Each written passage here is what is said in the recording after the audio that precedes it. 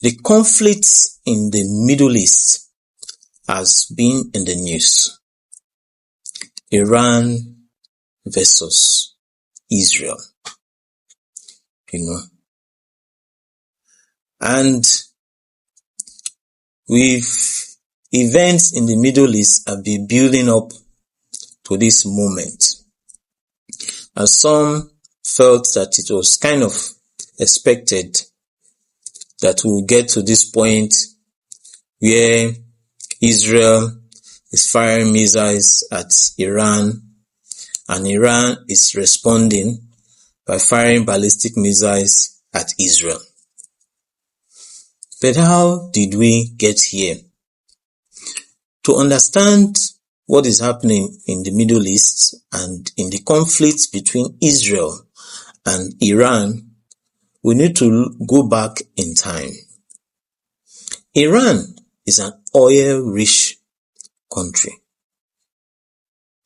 and oil can be a blessing to a nation when the oil resources are well managed, are well used to the growth and development of that nation. Oil too can be a cause when the oil resources become a touch point of conflict, of crisis within the country and between that country and foreign interests and foreign powers.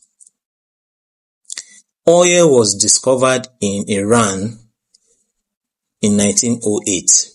Before 1908, the monarch in charge of Iran had given permission to a British company to explore for oil in Iran.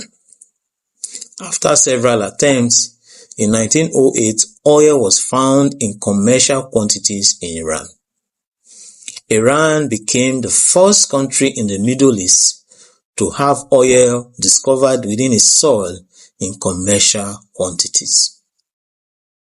The company was known as the Anglo-Persian Oil Company. Anglo for Britain, Persian because Iran was initially known as Persia because it's from the old Persian Empire. The name was later changed to Iran. So, the Anglo-Persian Oil Company was founded by a British financier. Then, some years later, in 1914, the British government felt they needed a lot of the Iranian oil. And so, they bought majority stakes in the Anglo-Persian Oil Company, up to 51%. Because the Royal Navy was switching from coal to oil. And that was before World War I, and they needed a lot of that oil. And so, the British government was essentially in charge of the oil of Iran.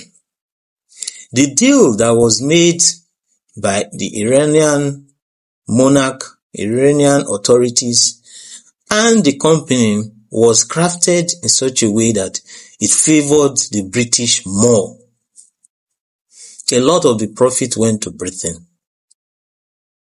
Yes, they brought the technology and all that, but a lot of the profit went to Britain. And that became a point of conflict, because the Iranian nationals, the indigenes of Iran, especially the elites, they felt that Iran was being shortchanged in that oil deal. So there was a clamor for the nationalization of the oil in Iran. Nationalization means the nation of Iran should take over the company that was in charge of the oil in Iran. In that way, they feel they can benefit more from the oil resources of their own land. So that movement was spearheaded by Mohammad Mossadegh, who was a lawyer, who was well studied in other European countries. So he led that call. And Iran was being ruled by a monarch. And it has been like that for years. The monarchs are called Shah, the Shah. So there was the Shah that was, in government then, was Mohammad Reza Shah Pahlavi. He succeeded from his father. His father was Reza Shah Pahlavi. So the monarch who was in charge then, Mohammad Reza Shah Pahlavi, there was a lot of pressure on him by the Iranian parliament, by the Iranian people in terms of via protest. The pressure was on him to appoint this Mohammad Mossadegh as a prime minister, so that you now have it just as you have in the UK now, where you have a monarch and you have a prime minister, where the monarch kind of holds a ceremonial role while the government's executive decisions are taken by the prime minister. So there was that pressure on the monarch to approve the prime minister. So in 1951, Mohammad Reza Shah, the monarch, reluctantly gave approval, and Mohammad Mossadegh became the prime minister of Iran. And he quickly went into action. 1951, a bill was passed by the Iranian parliament, and that bill now sought to read that there was nationalization of the oil company, and that led to the formation of the National Iranian Oil Company. So Iran now will now own the company that was producing oil. Mohammad Mossadegh was very popular at home. People liked him. But imagine the Britain have been in charge of that oil from 1908 till 1951. For many years, British government have been in charge. First from 1908, when the British financier, then later 1914, when the British government bought majority stakes in that company. So now, you have a situation whereby the Iranians now nationalized their oil, and British was upset. They didn't like it. They didn't like Mohammad Mossadegh. They preferred the monarch because they've had things rosy with the monarch. Things have been easy. So the British now wanted to remove the prime minister. But they couldn't do it alone. They're now talking to the US government to help them in removing the prime minister, Mohammad Mossadegh.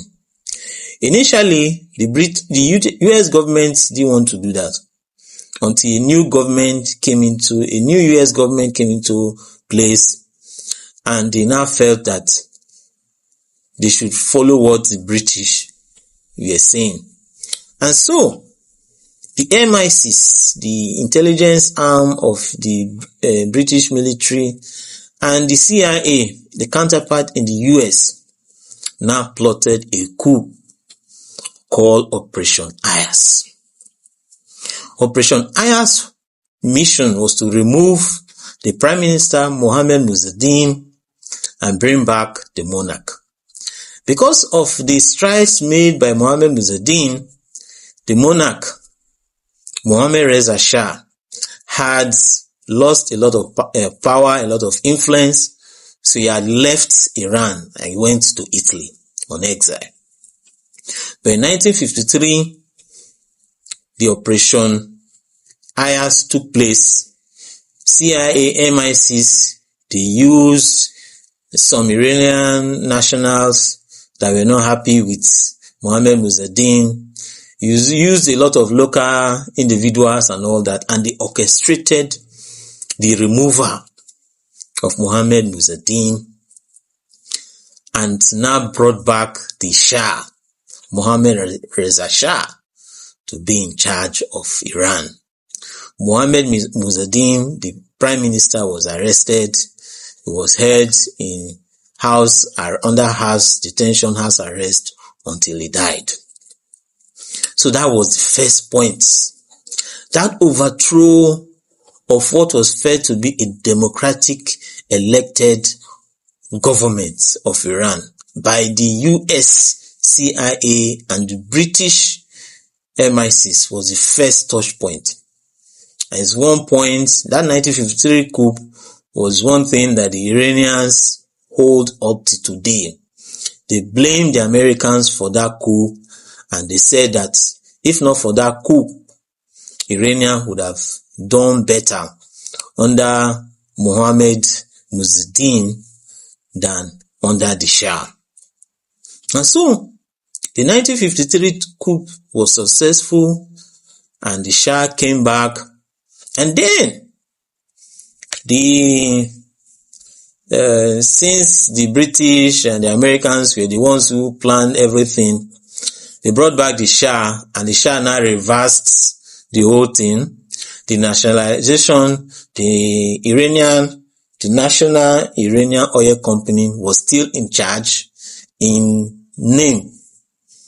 It was just a ceremonial, nominal in charge of the Iranian oil. But the Americans, the US, different oil companies now came together. And you now have the Anglo-Persian Oil Company, which became the Anglo-Iranian Oil Company, now became BP, British Petroleum. So British Petroleum, Royal Dutch Shell Company, Standard Oil from the US, where Exxon, Mobil, Chevron, then a French company that became Total. So you have an international consortium, 1954, who were now in charge of the oil of Iran.